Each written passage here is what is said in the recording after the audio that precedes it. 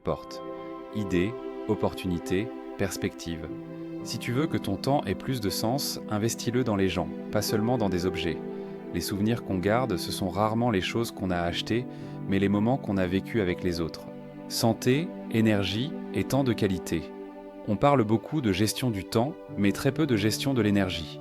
Tu peux avoir 10 heures libres dans ta journée, mais si tu es épuisé, stressé, dispersé, tu n'en feras rien. Prioriser ta santé, sommeil, alimentation, mouvement, ce n'est pas un luxe, c'est la base. Pose-toi une question simple. Est-ce que ce que je fais aujourd'hui aide la personne que je serai dans 10 ans ? Tu n'as pas besoin de tout transformer d'un coup. Commence petit, 10 à 15 minutes de marche par jour, te coucher un peu plus tôt, un repas plus simple mais plus sain.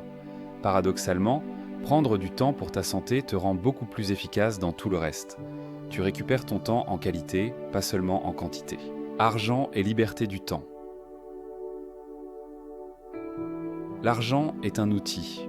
Le problème, c'est quand il devient le seul critère. On peut gagner beaucoup et être pauvre en temps. Tout ton temps est contre de l'argent et tu n'as plus d'espace pour toi, ta famille, tes projets. Demande-toi, quel niveau de vie me suffit réellement ? Et à partir de quand chaque euro de plus me coûte trop de temps, trop de stress, trop de liberté ? Vivre un peu en dessous de ses moyens, ce n'est pas se priver, c'est se créer une marge, pour dire non à un job toxique, pour prendre une pause, pour investir dans une formation, un projet, un déménagement. L'objectif n'est pas d'avoir plus d'objets, mais plus de choix sur l'utilisation de ton temps. Designer ta vie, une conclusion. Ta vie n'est pas un programme automatique, elle se construit un choix à la fois. Le problème, c'est qu'on attend souvent le bon moment, la bonne opportunité, la bonne version de nous-mêmes. Mais tu ne peux pas penser ta vie idéale pendant des années et espérer qu'elle apparaisse par magie. Tu dois faire des petits tests, changer une habitude, essayer un projet, revoir une relation, ajuster ton environnement.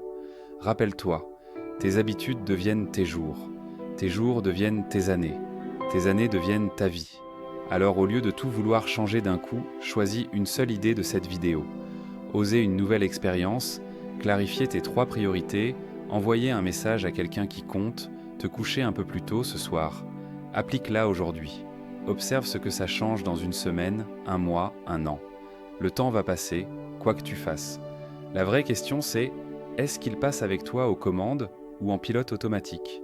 Le meilleur moment pour commencer à utiliser ta vie avec intention, ce n'est pas un jour, c'est maintenant.